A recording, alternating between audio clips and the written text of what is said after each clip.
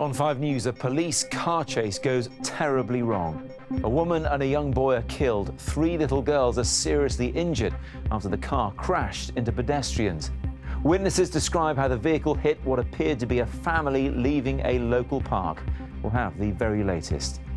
Also, getting down to Brexit business. The holiday's over, now it's time to deliver, as the Prime Minister summons her cabinet to make leaving Europe a reality. We'll be looking at the next steps that we need to take, but we'll also be looking at the opportunities that are now open to us. Save our NHS! Save our NHS! Junior doctors consider 5-day walkouts that could cripple hospitals for weeks at a time. Discrimination against pregnant women in the workforce doubles, prompting demands for better protection. And he is making a terrible mistake and he knows it. why the cast of Cold Feet didn't get cold feet about resurrecting the series. It is a bit like running into an old mate in the street. So you run into, go, oh my God, you look amazing. Oh God, how did you have kids? Hello, welcome to 5 News. I'm Matt Barbett. We start with some developing news today and a tragedy in southeast London. Ambulance services say a woman and a boy have been killed by a car that crashed into pedestrians. The car was being chased by police at the time when it veered off the road near a local park in Penge. Danny Sinha is in the newsroom now. And Danny, what's the latest? Well, this all started unfolding just a couple of hours ago. A group of pedestrians, we understand, were hit by a reportedly stolen car in Penge. Let's just go straight to the pictures because you can see the black car crashed into a tree. We understand that was the car being chased by police when it lost control. It mounted the pavement and ploughed into a group of pedestrians. 2 people were reported dead at the scene. We've just spoken to London Ambulance. They've just confirmed to us it was a woman and a boy. 3 other girls are in hospital with serious multiple injuries. What we don't know, of course, if these people were indeed related. Now, police were chasing a car that was reported to be stolen. That car then lost control. Paramedics and air ambulance they attended the scene not long after that happened, and we know a man's been arrested and is currently being questioned at a South London police station, and this matter has been referred to the Independent Police Complaints Commission. Danny, thanks very much indeed. The other main news today, there will be no second referendum on the EU and no attempt to stay in it by the back door. That's what the Prime Minister, Theresa May, has told Cabinet colleagues as she gathered them for their most significant meeting since the vote. Again, she insisted that Brexit means just that, and she asked every department to spell out the opportunities that it would bring. But do they agree on how it should be carried out? Our political editor, Andy Bell, has been finding out. Looks like a nice place to spend a summer's day, but we are assured at Chequers the holidays are over. The Prime Minister called her cabinet here to find out their ideas to make Brexit work. We'll be looking at the next steps that we need to take, but we'll also be looking at the opportunities that are now open to us as we forge a new role for the UK in the world. And she made it clear there's no going back. There's no second referendum, no attempts to sort of stay in the EU by the back door. We're actually going to deliver on this. But different ministers have different priorities for the Brexit negotiations, including some of the main players. David Davis heads the department created to oversee Brexit. He believes the government must deliver control of UK borders. Boris Johnson championed Brexit, but as Foreign Secretary, he must help keep close relations with EU countries. Amber Rudd was a leading Remain campaigner, but as Home Secretary, it's her job to deliver lower immigration. And Philip Hammond, the Chancellor, believes it's vital Britain keeps as much access to the European single market as possible. This long-standing advocate of Brexit says Europe will give Britain that access. The only hold they think they've got over us is the fact that we sell some things to them. But they sell many more things to us, and the things they sell to us you could put rather higher tariffs on in many cases under world trade rules. So I think when they calm down and reflect on it, they'll see that they don't actually want to put new barriers on the trade because it damages them more than us. But around this table, many believe Britain will have to pay a price for that, on free movement, for instance, because politics will get in the way.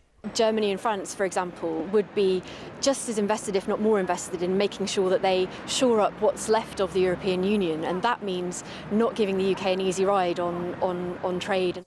She has made it clear Britain is leaving the EU, but just when and more importantly how that happens, well, they're only just starting to work that out. Andy Bell, 5 News. So as Britain moves slowly out of the EU, what are people's hopes and fears for what it could mean? Just up the road from Chequers, where the Cabinet was meeting with the Prime Minister, is the town of High Wycombe. Like the nation as a whole, it was split almost in half between Leavers and Remainers. Dominic Reynolds has been gauging the mood there right now. This place was built for doing business. People were coming to buy and sell in High Wycombe 1,000 years ago.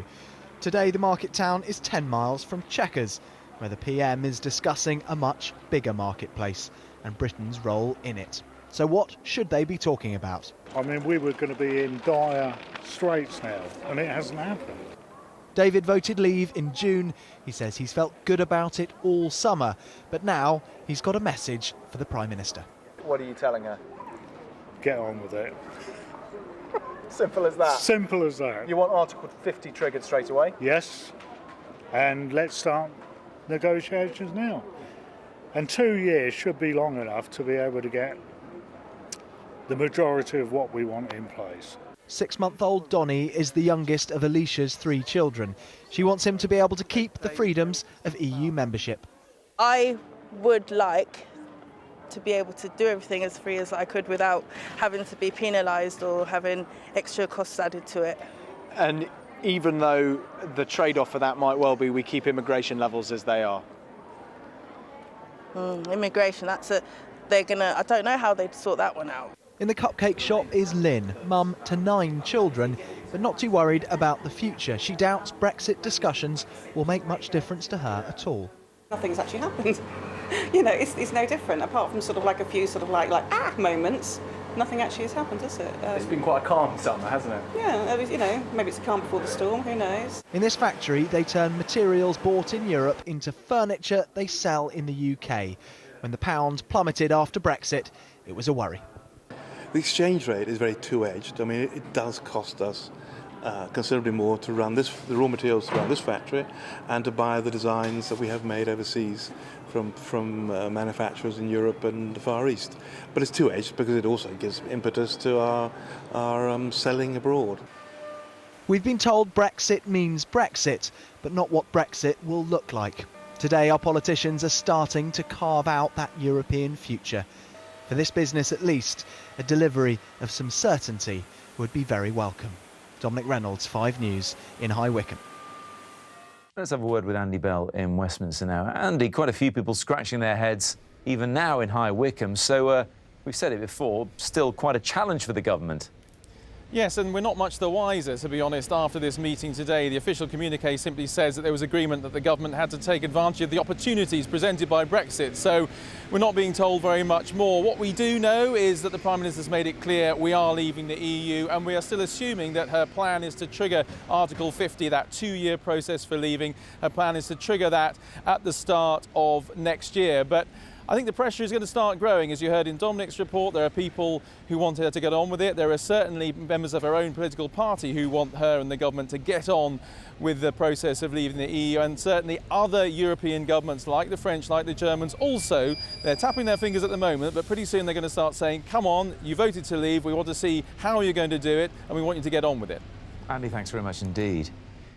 Well, the rise in hate crime since the Brexit vote has been widely reported. Now detectives are investigating that as one possible motive for the murder of a Polish man in Essex. Arkadiusz Żorczyk was subjected to an unprovoked attack in Harlow at the weekend. 6 teenagers are being questioned by police, as Jessica Omri reports. This is the spot where Arkadiusz Żorczyk was sitting with his friend before he was attacked and killed. The 40-year-old was left with catastrophic head injuries after he and his friend were set upon by a group of teenagers. His friend survived, but Mr. Żorczyk died of his injuries. Police say the attack was totally unprovoked and could be a hate crime. Today, as the community mourned, the Polish ambassador to the UK stood side by side with the town's MP. He hit back at those he says use the EU referendum result to pursue racist agendas. We need to be a kind, and decent nation, and we shouldn't allow people who come from the sewers to exploit divisions to carry out, if it is, and I say if it is, any racist incidents or racist attacks. The murder has prompted increased police patrols and an order which aims to stop would-be troublemakers from gathering in groups. Harlow has one of the highest concentrations of EU nationals from Eastern Europe, roughly 1 in 17 residents. Some people here say they've noticed the atmosphere in the town change post-Brexit. There's been an increase in kind of tensions among the community within the town, something, you know, that's perhaps whipped up into a bit of a frenzy really by Brexit and by a lot of the media and the headlines that we've seen about refugees, about people coming from Europe, whether it be from Turkey, from Poland, you know, the Eastern Bloc. So I'm not shocked something like this has happened. Don't know the man, but we've lived in the town. It's sick. It's really, really sick. I voted to leave Europe, but that doesn't mean I voted for things like this to happen. I didn't vote for this. The community say they aren't angry. Instead, they're gripped by grief and fear. Jessica Omery, 5 News. Now, if you thought the junior doctor strikes in England were well over, well, they could be about to get a lot bigger. Right now, senior members of the British Medical Association are meeting to decide whether to back more industrial action because of the new contract imposed by the government. The proposal, walkouts 5 days long every month until the end of the year. Our health correspondent Catherine Jones has more. Will you be supporting 5-day-long strikes? I'm going in to listen to the debate. Decision day at the BMA. Are you going to support 5 days of strikes? We'll be making a statement afterwards, thank you. Members of its ruling council arriving to decide whether to escalate the junior doctors' dispute. Are you worried that escalation could lose people's goodwill?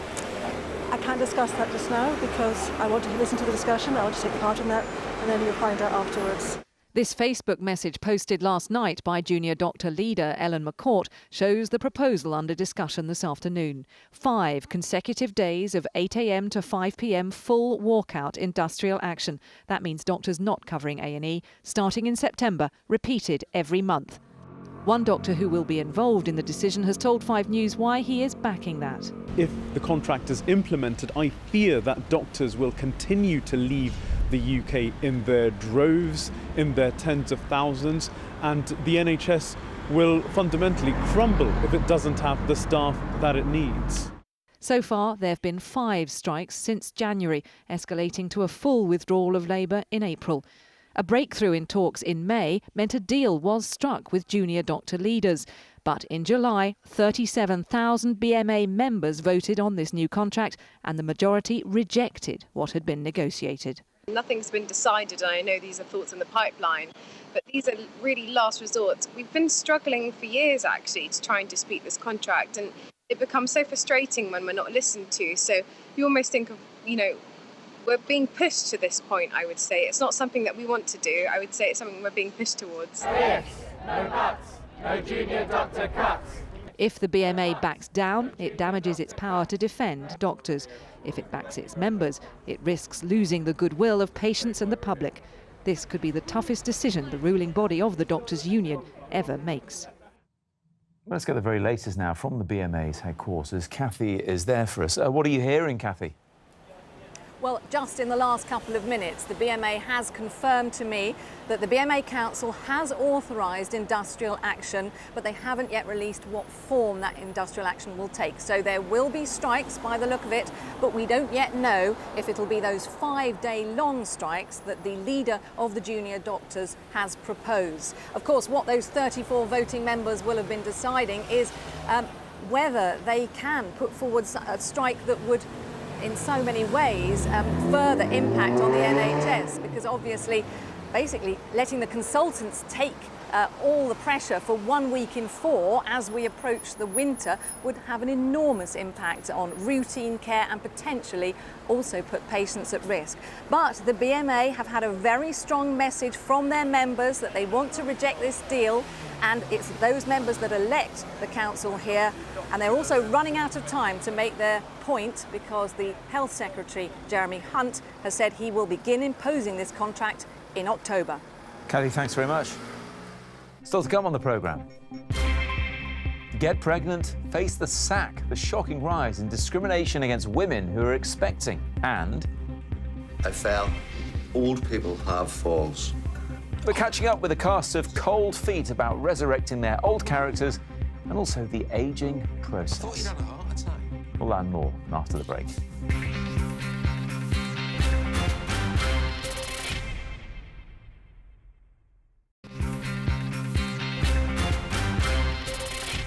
Welcome back to 5 News. Discrimination in the workplace towards pregnant women and new mothers has soared over the past decade. According to an MP's report, twice as many mums and mums-to-be have been forced to leave their jobs because of the way they were treated. The MPs want to make it much harder for employers to sack women during or after pregnancy. As Layla Hayes reports. Having a baby can be costly, but it shouldn't cost you your job. Yet, even today, many women worry that getting pregnant could lead to discrimination. I do fear that having this time off of work puts me, just makes me slightly less employable. Obviously it's hard to juggle everything. You never go back in at the top level where you were. You don't sort of keep your position because you can't give your hold if you know, to a career. It's hard. MPs say urgent action is now needed to give new mothers more protection after a shocking increase in discrimination. The report found the number of pregnant women and new mothers forced to leave their jobs has almost doubled over the past decade to 54,000. It revealed more than 1 in 10 of them reported either being dismissed, singled out for redundancy or treated so poorly they felt they had to leave. And MPs criticised the cost of mounting a discrimination case against an employer, saying the £1,200 fee of going to a tribunal should be reduced. We need this to work better. We need to continue to modernise our workplace in the same way as we've introduced stronger rights to request flexible working, shared parental leave. We now need to modernise the support that's given to pregnant women. Fiona Chow's son Max is now 2. She was told she was being made redundant just 2 weeks before returning to work. I think the way I look at it is Max is 2.5, but my first child is my career, and he's a teenager, 15 years now. And to be told that your services are no longer needed, when up till then all of my appraisals and performance reviews were stellar, and they were talking about promoting me. And so the only material change that happened was that I had a baby. The government says tackling pregnancy discrimination is a key priority. Women with young children will be hoping that is true. Layla Hayes, 5 News. The decision not to press charges against Sir Cliff Richard is to be reviewed. The 75-year-old was accused of historic sexual assault by 4 men. He's always strongly denied it. The case was dropped by the Crown Prosecution Service, but one accuser has now challenged that decision. And the singer Chris Brown has been released on police bail in the US after being arrested on suspicion of assault with a deadly weapon. He was held after a long standoff with officers at his home in Los Angeles. It was a show that brought us the romantic rollercoaster ride of 3 ordinary couples and drew audiences of over 10 million people. And now Cold Feet is returning, with the couples having reached their 50s. Millie Stevenson has been talking to the cast. See that? I did that. What baby? They were the 30-somethings from Manchester whose complicated love lives became the nation's business. And now Cold Feet is back after 13 long years away. Did I mention I've been laid off? About a year ago. Yes, John Thompson, James Nesbitt, Faye Ripley, Hermione Norris and Robert Bathurst are returning. They admit they're a little older, but not necessarily any wiser. So I had to ask the cast if returning ever gave them cold feet. Are you nervous at all about going back to Cold Feet? Because it was so popular, did you sort of think, I'd rather leave it in the past? One project I've done in my life, I've never had the interest from the public. Robert will agree with me. Stopped on a weekly basis over the last 13 years by a stranger out shopping or somewhere. When's it coming back? And it is a bit like running into an old mate in the street. So you run into, go, oh my God, you look amazing. Oh God, how did you have kids? Where do you work? What happened? Where do you live? You know. What are you doing? Surprise! One character who, of course, won't be returning is Rachel. Despite her character dying in the last series, actress Helen Baxendale was given the option of returning as a ghost, but she decided against it. As for the new 8-part series, we promise no spoilers, but the characters are now pushing 50, so they told me the pace of life has slowed down slightly. For me, it was a really strange, bizarre privilege.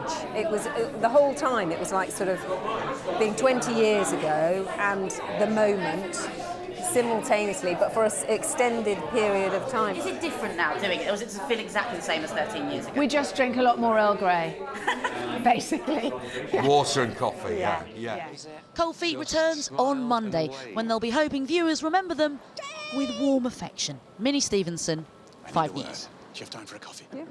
They've aged, but they've all got a lot more hair. Incredible. That's it for now. I'll be back at 6:30 with 5 News Tonight. We'll be discussing that rise in discrimination against pregnant women at work, as well as new mums too. We'll be finding out what employers should be doing to stop it from happening, and we'll have some advice as well for women who think it could be happening to them. I'll also be joined by a Conservative MP to talk about what the government is going to do about Brexit. That's at 6:30. Sean Welby is here with the weather next. I'll see you again in an hour for 5 News Tonight. Thanks for watching. Bye for now.